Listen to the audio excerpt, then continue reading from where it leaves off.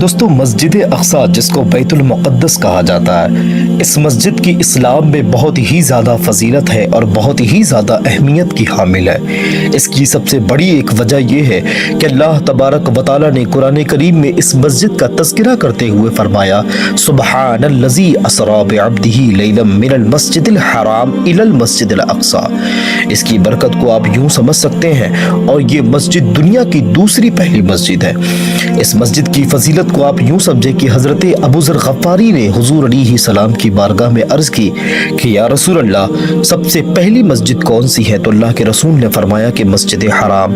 फिर अर्ज की या रसूल अल्लाह दूसरी? तो अल्लाह के रसूल ने फरमाया कि मस्जिद अक्सा। फिर अर्ज किया कि या रसूल अल्लाह, दोनों के बीच कितने सालों का गैप है, कितने सालों का फासला है? तो अल्लाह के रसूल ने जवाब दिया कि 40 साल का। मस्जिद अक्सा की अगर फजीलत को आप देखना चाहें तो आप यूं समझे कि ये मस्जिद अक्सा वही मस्जिद है जो मुसलमानों का पहला किबला था। फिर अल्लाह तबारक व तआला के हुक्म से इनका किबला बदला और फिर बाद में मुसलमानों का किबला मस्जिद हराम हुआ।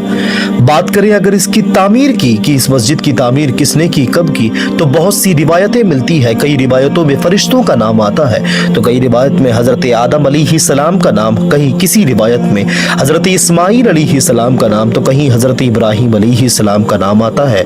अल्लाहु अअलमु बिस्सवाब। दोस्तों, ये यरूशलेम जहां बैतुल मुक़द्दस है, जिसको दुनिया के सबसे पुराने शहरों में से एक माना जाता है, यही वो शहर है जिसको फतह करने के लिए न जाने कितनी जानें गई, न जाने कितनी जंगें लड़ी गई। तारीख पर अगर आप गौर करें तो जितनी जंगें, जितनी लड़ाइयां इस जगह को हासिल करने के लिए लड़ी गई, उतनी तारीख में किसी भी सरजमीन को फतह करने के लिए नहीं की गई। उतनी जंगें, उतनी जानें किसी भी सरजमीन को हासिल करने के लिए नहीं की गई। आखिर क्या है इस जगह पर?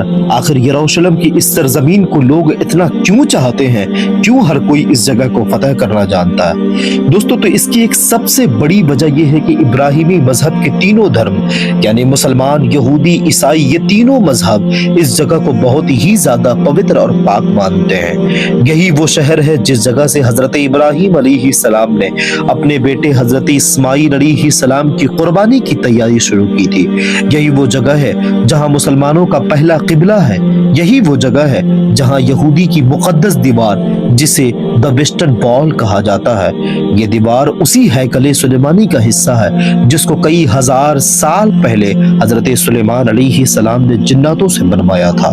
ईसाई मजहब के मानने वाले इस जगह को इतना मुकद्दस मानते हैं कि उनका मानना है कि इसी जगह पर हजरत ईसा अलैहिस्सलाम की पैदाइश हुई और इसी जगह पर उनको सूली पर चढ़ाया गया था। बात करें अगर मुसलमानों की, तो मक्का और मदीना के बाद मुसलमान इस मस्जिद को सबसे ज्यादा अहमियत देते हैं। उसके सबसे बड़ी वजह यह है कि यही मस्जिद मुसलमानों का क़िबला अव्वल है और यही वो जगह है जहां से अल्लाह के रसूल सल्लल्लाहु अलैहि वसल्लम ने इसी मस्जिद में मेराज के सफर पर जाने से पहले अल्लाह के रसूल ने तमाम नबियों की इमामत की थी, और यहीं से अल्लाह के रसूल सल्लल्लाहु अलैहि वसल्लम मेराज के सफर पर निकले थे। यही वजह है कि इस शहर के लिए मुसलमानों और ईसाइयों के बीच कई सालों तक जंगें होती रहीं, और आज भी इस शहर को फतह करने के लिए कोई ना कोई हमेशा खड़ा रहता है। दोस्तों, आज से तकरीबन 7000 साल पहले भी लोग यहाँ रहा करते थे। यही वजह है कि इस जगह को सबसे पुरानी जगह मानी जाती है। बात करें अगर हिस्ट्री की, अगर इतिहास की, तो सबसे पहले इस शहर को दाऊद अलैहिस्सलाम ने हासिल किया था। दाऊद अलैहिस्सलाम वही है जिनको यहूदी और ईसाई लोग डेविड कहते हैं। दाऊद अलैहिस्सलाम इस जगह पर 33 साल तक हुकूमत की। उनके बाद उनके बेटे हजरत सुलेमान अलैहिस्सलाम ने इस जगह पर हुकूमत की। हजरत सुलेमान अलैहिस्सलाम वही है जिनको यूरोप में द सोलोमन के नाम से जाना जाता है। हजरत सुलेमान अलैहिस्सलाम ने हैकल सुलेमानी को बनवाया था, और इसी हैकल सुलेमानी के अंदर ताबूत सकीना को रखा गया था। ताबूत सकीना वो मुबारक संदूक जो जन्नत से हजरत आदम अलैहिस्सलाम पर नाजिल हुआ था, ये वही मुबारक संदूक था जिसके अंदर नबियों के तबर्रुकात थे, और बनी इसराइल इसकी बरकत से न जाने कितनी कितनी जंगें जीता करते थे, और बनी इसराइल इसको आगे रखकर जो भी दुआएं किया करते थे, अल्लाह रब्बुल इज़्ज़त उनकी दुआ को कबूल फरमाया करता था। مگر حضرت سلیمان علیہ السلام کے بعد ایک ظالم بادشاہ جس کو بخت نصر کہا جاتا ہے، اس نے یہودیوں پر ایک ایسا حملہ کیا کہ یہودیوں کو موت کے گھاٹ اتار دیا اور ان کی تاریخ کو ہمیشہ ہمیشہ کے لیے مٹانے کی کوشش کی۔ اس نے یہاں تک کہ ہیکل سلیمانی کو بھی ڈھا دیا اور اس کے بعد تابوت سکینہ ہمیشہ ہمیشہ کے لیے اس میں ہی غائب ہو گئی۔ اسی ہیکل سلیمانی کی ایک دیوار بچ گئی جس کے پاس یہودی آج بھی جا کر رویا کرتے ہیں، اور اسی دیوار کو دی ویسٹرن وال کہا جاتا ہے یا پھر دیوار گریا بھی کہا جاتا ہے۔ کچھ سالوں کے بعد سائرس دی گریٹ نے بابل پر حملہ کیا اور بخت نصر سے بدلہ لیا۔ اتنا ہی نہیں بلکہ سائرس دی گریٹ نے ان سارے یہودیوں کو آزاد کرا کر واپس ان کے اپنے وطن لا کر سب کو اپنے وطن میں بسایا۔ سائرس دی گریٹ کی مدد سے پھر سے یہودیوں نے ہیکل سلیمانی کی تعمیر کروائی، مگر کچھ سالوں کے بعد پھر سے دی رومن امپائر نے اس پر حملہ کیا اور پورے شہر کو آگ لگا دی۔ پھر سے اس شہر کو تباہ کر دیا گیا۔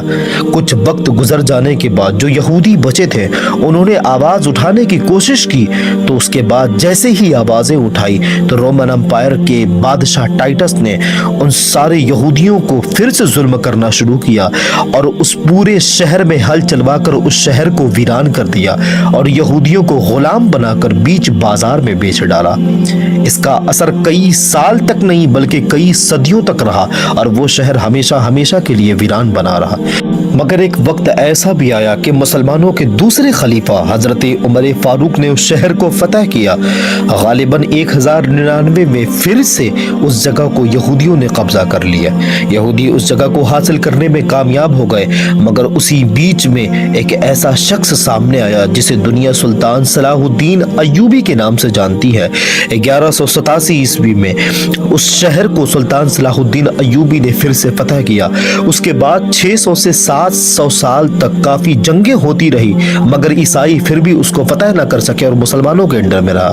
آخر کار سلطنت عثمانیہ کے آخری سلطان عبد الحمید کے دور تک سلطان عبد الحمید نے بہت حد تک اس کو سنبھالا اور یہودیوں کی سازشوں سے بچا کر رکھا، مگر سلطان صلاح الدین ایوبی کے جاتے ہی سلطنت عثمانیہ بہت زیادہ کمزور پڑ گئی، جس کا فائدہ اٹھا کر 1917 میں برٹش امپائر نے اس پر قبضہ کر لیا اور الگ الگ جگہ سے یہودیوں کو باہر سے بلا کر وہاں پر بسانا شروع کر دیا۔